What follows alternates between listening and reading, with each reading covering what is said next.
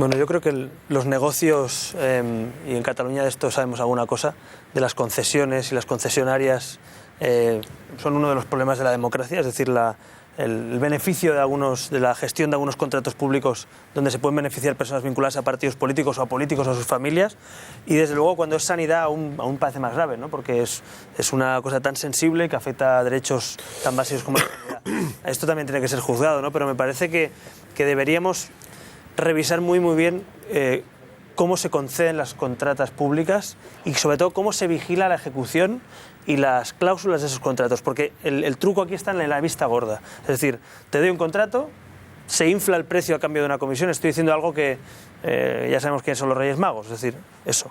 Y al final lo que hay es una dejación de funciones en la vigilancia de las prórrogas, de las concesiones, de la ejecución. Y eso en el campo sanitario es muy peligroso, y en el campo geriátrico es muy peligroso, y en el campo educativo es muy peligroso, como en otros campos, pero no es lo mismo una autopista que la salud. Y yo creo que en ese campo, en España en general, hay mucho recorrido de las reivindicaciones que venimos haciendo desde Ciudadanos, es el cambio de la ley electoral, sobre todo porque el sistema de partidos que tenemos permite esto.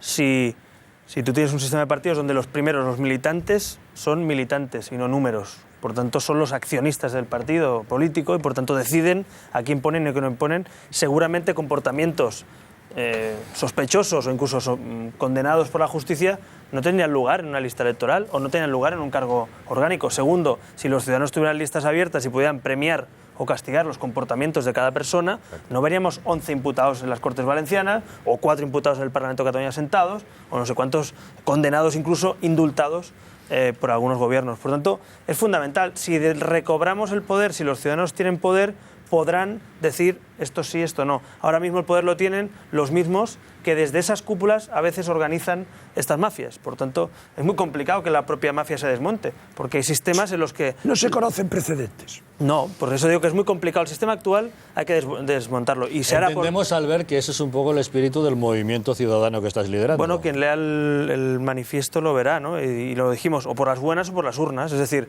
si nos van a decir que esto no cambia porque el PP y el PSOE no quieren, pues cambiaremos al PP y al PSOE y vendrá otra gente. Es que lo que un país no puede aceptar, que es lo que estamos empezando yo creo que a movilizarnos los españoles de una manera u otra, diferentes plataformas, partidos, gente crítica de un partido, pero se ha acabado la etapa de decirnos esto no va a cambiar, porque va a cambiar. Otra cosa es que cambie, que un partido se hunda en las urnas, que otro tenga una escisión, que surja un partido nuevo, una plataforma, que la gente se movilice, que se cambie Pero no vale decirnos que esto se va a quedar así. O sea, resignación no es la salida. Y yo creo sinceramente que esto que vemos son los últimos coletazos de una etapa que se agota. Y lo estamos viendo, es doloroso porque la herida huele y escuece, pero vamos a arreglarlo. Pues es que nos queda otra, ¿qué vamos a hacer? Quedarnos en casa. Entonces yo creo que ese es de todo esto deberíamos sacar como conclusión qué vamos a hacer. Porque yo creo que esta mesa, ¿cuántas veces hemos coincidido en esta mesa con esto? Los que estamos hoy y los que vendrán el lunes y el martes. Entonces, yo creo que de diagnósticos estamos ya sobrados. Nos falta acción. El diagnóstico está hecho. Exacto. Ahora estamos en la fase de la acción. Oye, y que el tema de Gürtel es algo absolutamente impresentable. Digamos que no se nos pase de vista por el hecho de que ahora la noticia sea que se cita a declarar como testigo a Esperanza Aguirre. Claro. No, es que, a ver, aquí lo raro es que no hayan sido citados a declarar como imputados otros políticos con mucho nombre.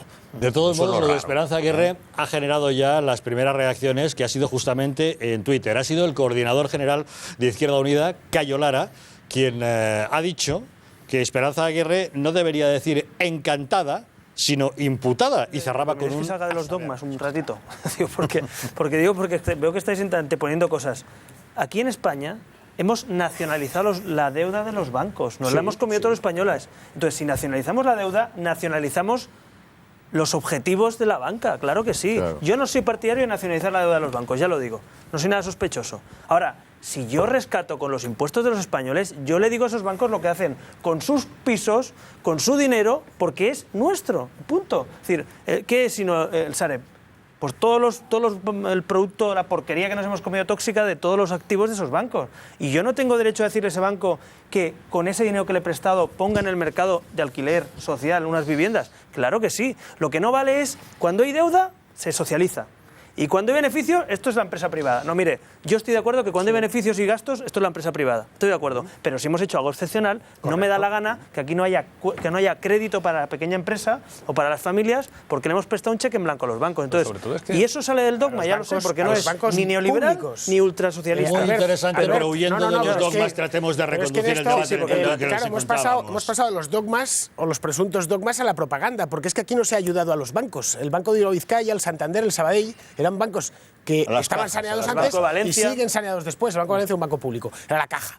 ¿Vale? Es decir, aquí lo que se ha hecho es rescatar cajas malbaratadas por políticos de todos los barrios. Carlos en lo que ha dicho, pero en esto de la justicia, por entrar en el fondo del asunto, el problema aquí podría ser caer en el error de pensar que hay que hacer justicia, una especie de hacer de justicieros, es decir, como es Blesa, pues vamos a actuar, digamos, con criterios poco imparciales y vamos a actuar o prevaricando.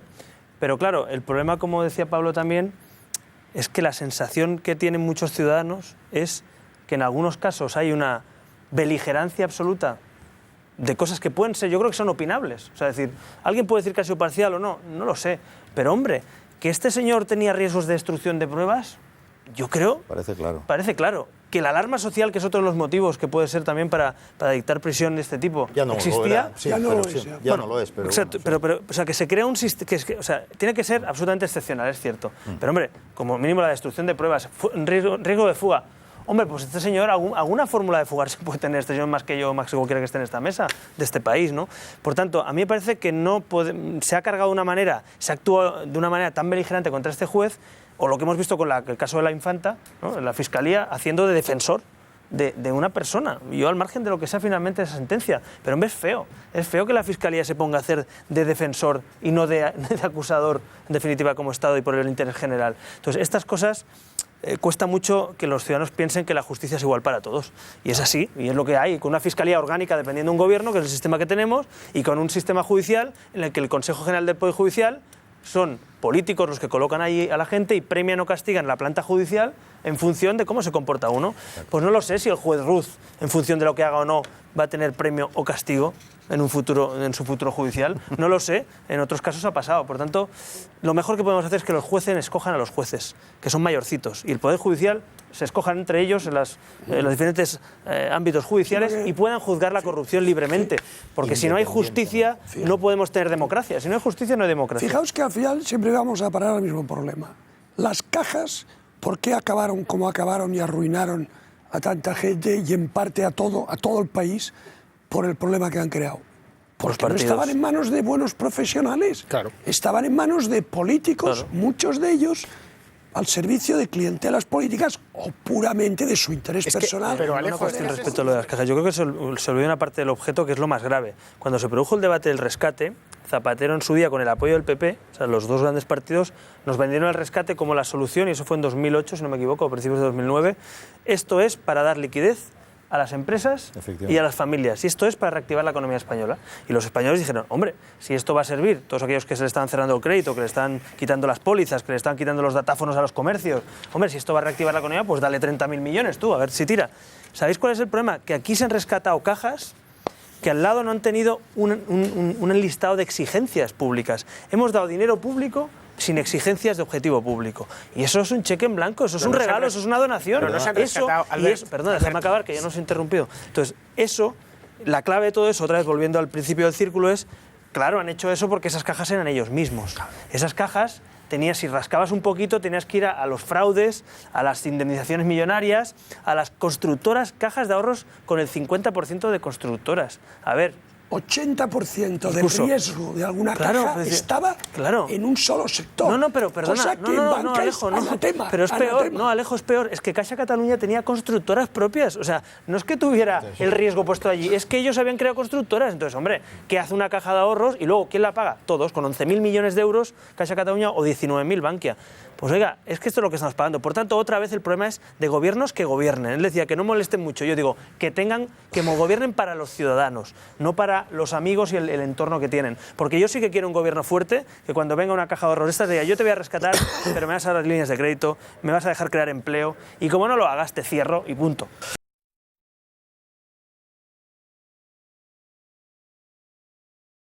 Yo creo que sí, que la dignidad no depende del país donde uno vive. Y yo creo que la gestión política fue nefasta, las ruedas de prensa posteriores fueron nefastas. Yo creo que estamos cayendo en un error en este país mezclando responsabilidades políticas con judiciales, porque por esa regla de 3, primero que tardarán muchos años y segundo que incluso si hay indultos después por parte de gobiernos, pues también se puede interpretar que ha sido indultado. Es decir, me parece necesario dirimir y separar lo que es responsabilidad política de contratos públicos y de controles. Y yo creo que aquí es donde está el problema aquí.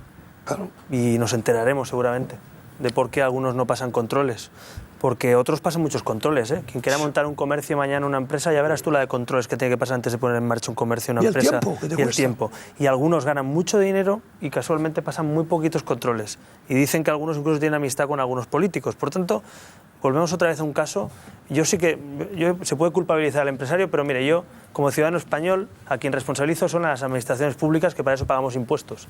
Por tanto, que el empresario cumpla o no la ley, no me tengo que encargar yo. Bueno, en este caso yo que soy un cargo público, si estuviera en la Asamblea sí, pero no un ciudadano de a pie. Se tiene que encargar la administración, que para eso cobra impuestos y hay cargos públicos que tienen que ejercer. Por tanto, quien falla es la administración cuando es incapaz de garantizar la seguridad de los ciudadanos de una comunidad, de un país.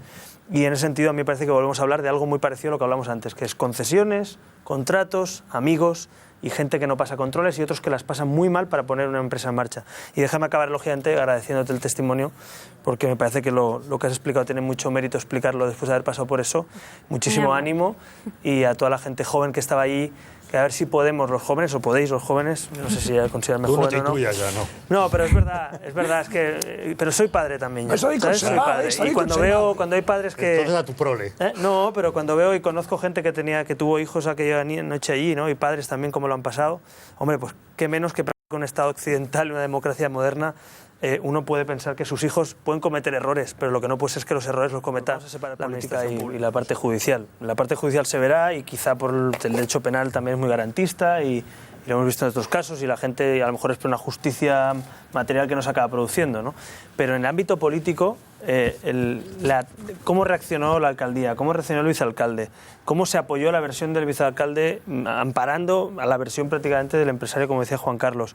Todo aquello que algunos vivimos, la rueda de prensa que se dio, reaccionaron tarde, o sea, no dirimió responsabilidades por abajo. Yo creo que si la alcaldesa en aquel momento dice: quiero saber quién ha hecho este contrato, quién ha permitido esto, de quién es la negligencia. Y esa persona dice, este señor y aquel otro se van y dimiten y lo sustituyo porque han hecho esto mal y además piden perdón y tal. A lo mejor ella hubiera asumido, como decía antes Alejo, que aunque tú no puedes estar en todo cuando estás frente a la alcaldía, hay alguien que reacciona si la gente tiene un cierto alivio y decir, hombre, alguien ha tomado las riendas, ¿no? Pero claro, cuando tú no tomas las riendas y empiezas a subir para arriba y no hay fusibles y además vas tarde y mal y encima con declaraciones desafortunadas y encima con cosas tan poco sensibles, que no es el medio del asunto, pero hombre, con los muertos encima de la mesa, irse a un balneario de lujo ese fin de semana fuera de España no parece la mejor solución, ni la mejor actitud de un alcalde frente a eso, ¿no? Entonces yo creo que sí, yo lo digo con todo el respeto del mundo, a mí me parece, no voy a decir ninguna, voy a decir una obviedad que piensan muchos, que a la señora Botella le queda muy grande el puesto de alcaldesa de Madrid, le queda muy grande.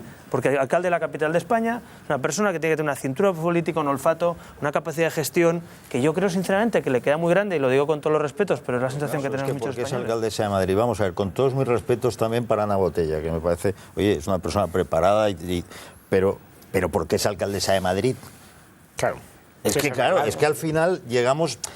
A ver, aquí hay una serie de prácticas que a lo mejor durante unas décadas la gente ha pasado por alto, pero este es el tipo de cosas que se ha terminado. No, lo que sucede es que en nuestro actual sistema político institucional, que está en el final, digamos, está en el agotamiento, ha habido un desarrollo de ese sistema a lo largo de 35 años. Es decir, era una democracia que nacía y se ha ido desarrollando. Y ahora tenemos una experiencia de estos 35 años. Y esa experiencia nos da unas lecciones clarísimas, diáfanas. Y una de esas lecciones es, oiga, mire, usted para ocupar un cargo político o para ser un parlamentario, para ser concejal, o para lo que sea, usted tiene que pasar por un proceso abierto, realmente democrático, de selección por parte de sus conciudadanos.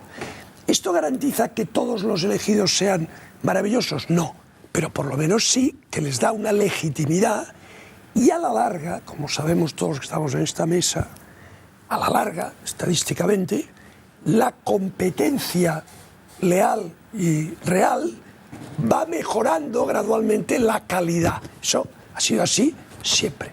Por eso hace falta estas reformas institucionales que reclamamos desde hace mucho tiempo muchos de nosotros.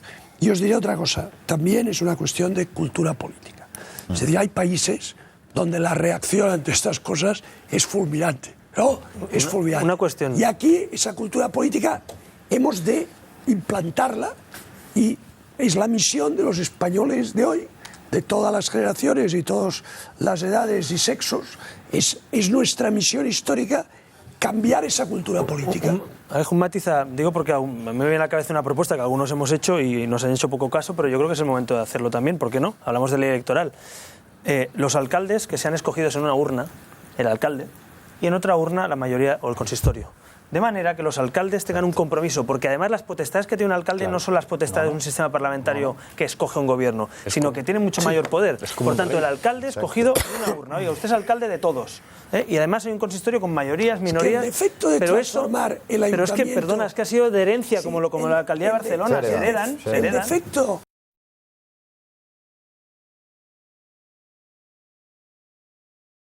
Creo que al margen de la educación y la historia y lo que es una infanta, sobre todo es lo que no tenemos, que es un estatuto que regule la jefatura de Estado y la familia real.